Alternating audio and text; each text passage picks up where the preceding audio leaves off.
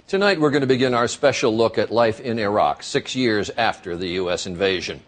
Every year we have taken an extensive look at where things stand, polling Iraqis and sending reporters across the country, both at times dangerous undertakings. But this year, extraordinary change, real optimism. 59% of Iraqis now say they feel very safe in their communities, and 65% say things are going well in their own lives. Both numbers up dramatically.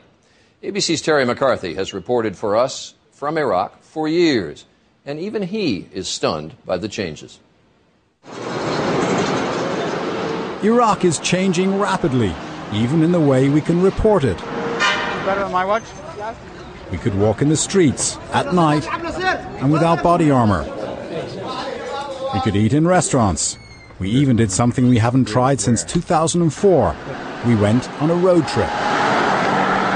This is the first time in 5 years that I've actually driven in a car outside of Baghdad without any military escort. Roger that, man. We began with a drive south from Baghdad to Karbala, passing through an area controlled until recently by Al-Qaeda, and known as the Triangle of Death. We met gasoline black marketeers, fish sellers, even stopped for tea. You're safe here, they told us. It is much better than last year.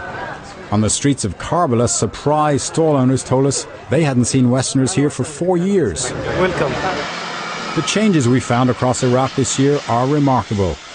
84% of Iraqis now say their neighborhood is safe, almost double the level in 2007. For the first time, we flew a commercial, not military flight to the southern port city of Basra.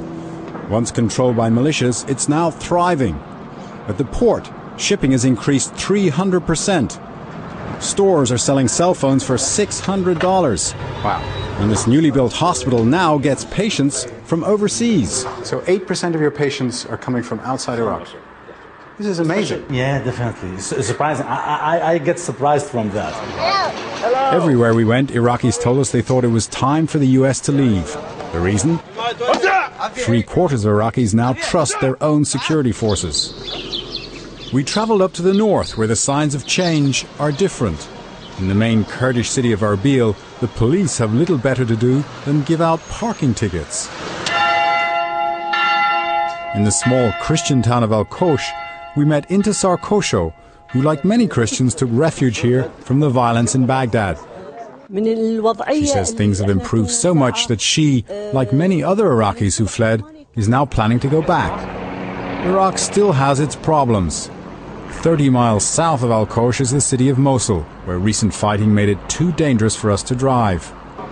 And in Kirkuk, these men told us that while violence was down, there is still tension between Arabs and Kurds over control of the city.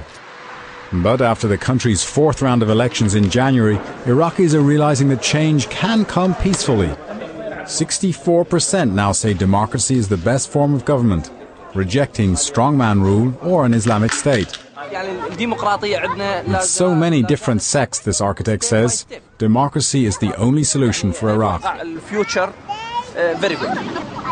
Iraq's troubles may not be solved quite yet.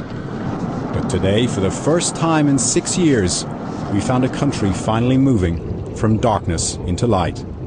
Terry McCarthy, ABC News, on the road in Iraq.